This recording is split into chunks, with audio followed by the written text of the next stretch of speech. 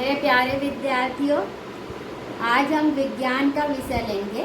विज्ञान में पहला पाठ है सजीव सृष्टि एवं सूक्ष्म जीवों का वर्गीकरण। तो आप देखते हैं बोर्ड में 2011 की गणना के अनुसार संसार में 87-10 लाख सजीवों की प्रजातियां थी।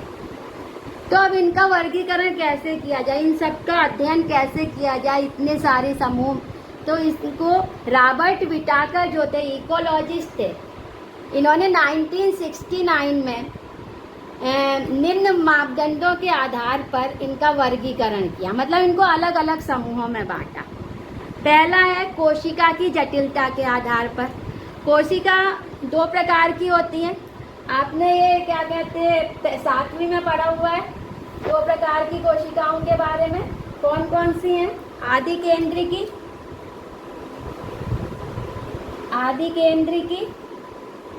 और दृश्य केंद्रिकी।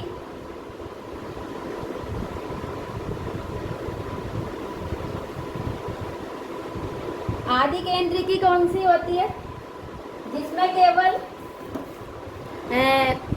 प्रद्रव्य पटल, कोशिका द्रव्य और केंद्र का पाया जाता है। और दृश्य केंद्रिकी में सारे अंगक होते हैं। ये आप 7वीं में पढ़ चुके हैं। दूसरा उसने किया सजीवों के प्रकार के आधार पर। सजीवों के कौन से दो प्रकार हैं? एक कोशिकी और बहुकोशिकी।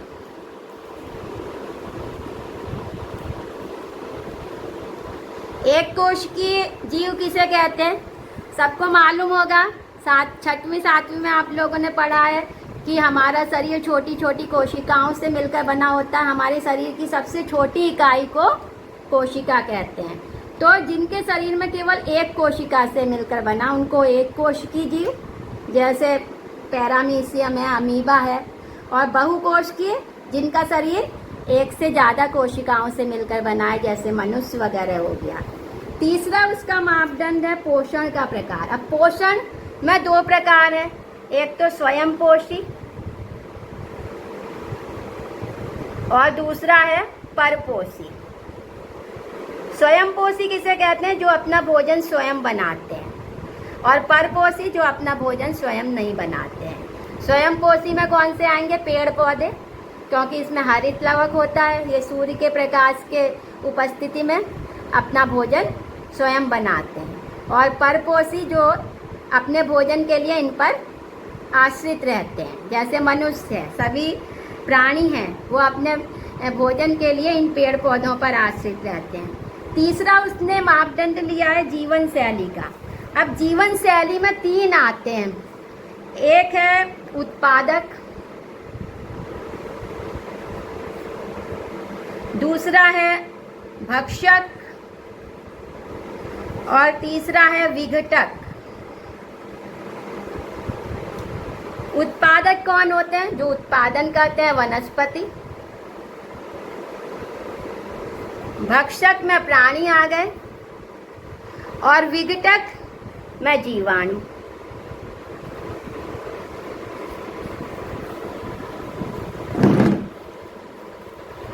इसके बाद आता है वंशावली संबंध। ये आदि केंद्रिकी से दृश्य केंद्रिकी और एक कोशिकी से बहुकोशिकीय। एक कोशिकी बहुकोशिकीय।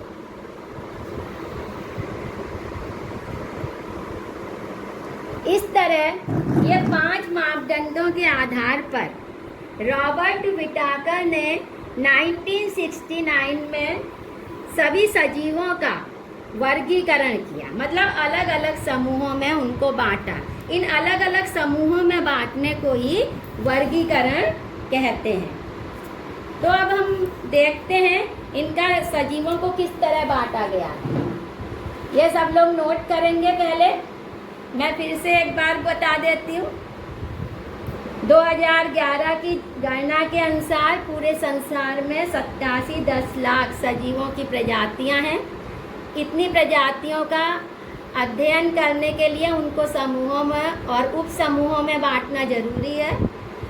1969 में रॉबर्ट विटाकर, जो कि इकोलॉजिस्ट थे, उन्होंने 5 मापदंडों के आधार पर इनका वर्गीकरण किया। इनमें पहला है कोशिका की जटिलता के आधार पर, दूसरा सजीवों के प्रकार के आधार पर, तीसरा पोषण के प्रकार के आधार पर, चौथा जीवन शैली के आधार पर और पांचवा वंशावली संबंध के आधार पर। इसमें एक कोशिकीय से बहुकोशिकीय और आदि केंद्रिका से दृश्य केंद्रिकी। ओके, अब हम इनका वर्गीकरण देखते हैं। ये तो मापदंड थे, अब सजीवों का वर्गीकरण कैसे किया गया।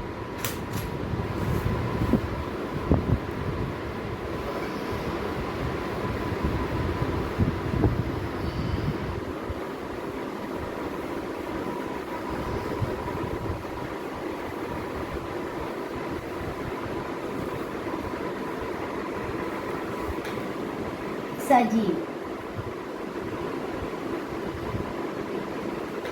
सबसे पहले इन्हें 2 भागों में बांटा गया है।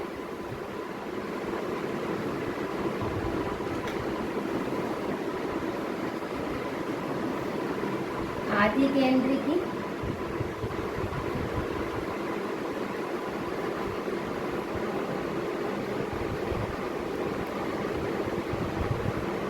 और दृश्य केंद्रिकी।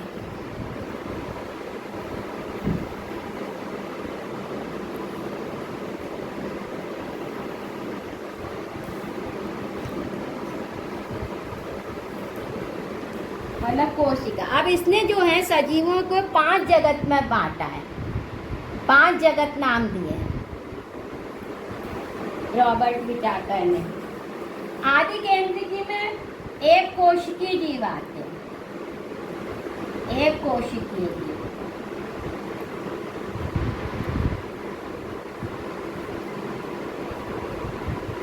इसको कहते हैं मोनेरा जगत। जगत एक, इसका नाम मोनेरा है। इसमें स्वयंपोषी और परपोषी दोनों जीव आते हैं। स्वयंपोषी परपोषी दोनों ही आते हैं इसमें। जैसे अभी दूध से जो दही बनता है उसमें कौन सा जीवाणु है, लैक्टोबैसिलाई।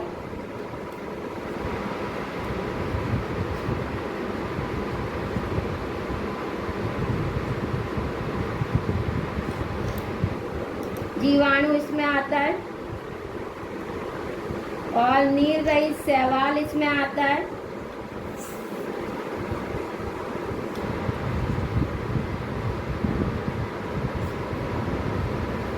उसके बाद आते हैं दृश्य केंद्रिकी में। दृश्य केंद्रिकी को फिर से 2 भागों में उन्होंने बांटा है, एक कोशिकीय और बहुकोशिकीय।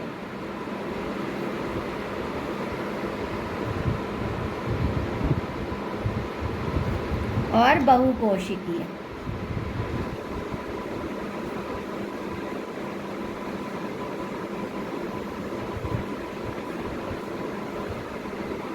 एक कोशिकीय को जगत 2 बोलते हैं। इसमें दृश्य केंद्रिकी के एक कोशिकीय को जगत 2 और जबकि आदि केंद्रिकी को जगत 1। दृश्य केंद्रिकी के एक कोशिकीय को जगत 2 नाम दिया गया है। इसको प्रोटिस्टा कहा गया है, प्रोटिस्टा।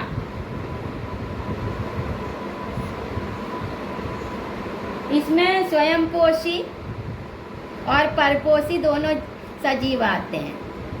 स्वयंपोषी भी आते हैं इसमें और परपोषी भी आते हैं। स्वयंपोषी में आता है युगलीना और परपोषी में आता है अमीबा वगैरह, पैरामीशियम, प्लाज्मोडियम, ये सब आते हैं। अच्छा, अब बहुकोशिकीय को फिर से 3 भागों में विभाजित किया गया है। बहुकोशिकीय को 3 भागों में विभाजित किया गया है।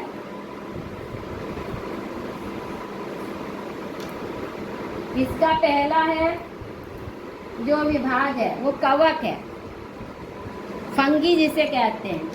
इसको जगत 3 नाम दिया है। ये क्या होते हैं? कोशिका भित्ति वाले होते हैं, प्रकाश संश्लेषण करने वाले होते हैं ये, और इसमें परपोषी आते हैं, इसमें परपोषी आते हैं।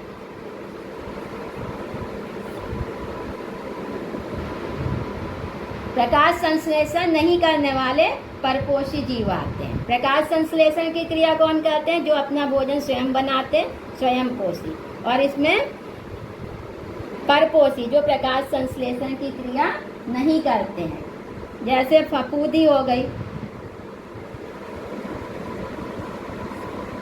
मशरूम हो गया, ये इसमें आते हैं। अब इसमें दूसरा इसका प्रकार है वनस्पति का।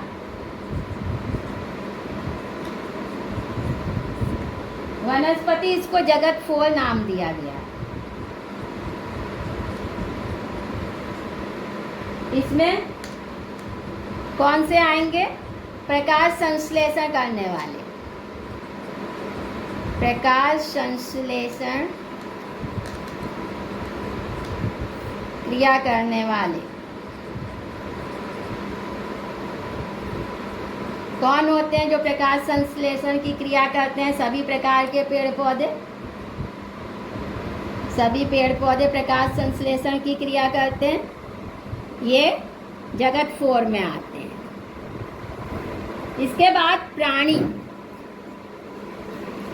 इनको जगत 5 नाम दिया गया है। ये कोशिका भित्ति विहीन होते हैं। इसमें हम सभी लोग आते हैं, कोशिका भित्ति विहीन।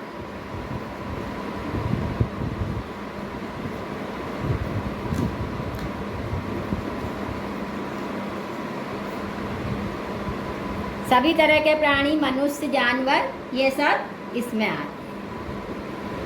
तो इस तरह सजीवों का 5 जगत में वर्गीकरण किया गया है। एक बार सब फिर से देखेंगे।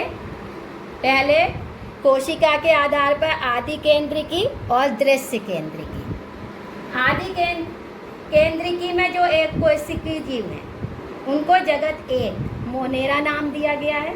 ये स्वयं पोषी और परपोषी दोनों प्रकार के होते हैं। इसमें लैक्टोबैसिलाई जीवाणु, नील रहित शैवाल ये आते हैं। अब दृश्य केंद्रिकी में फिर से एक कोशिकीय और बहुकोशिकीय सजीव हैं।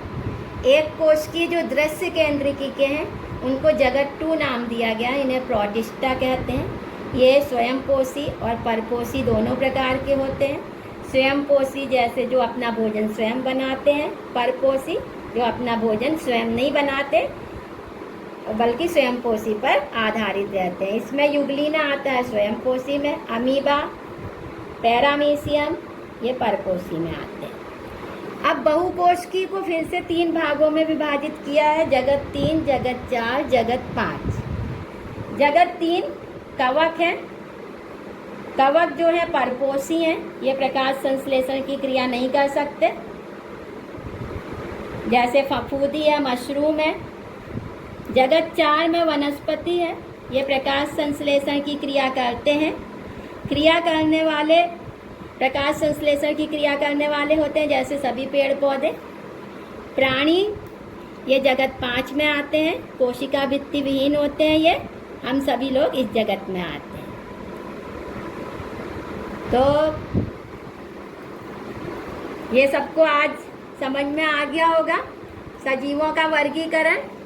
सभी लोग इसको लिखेंगे और मैं इसके बारे में फिर कल प्रश्न पूछूंगी। ओके, आज का क्लास यहीं समाप्त होता है।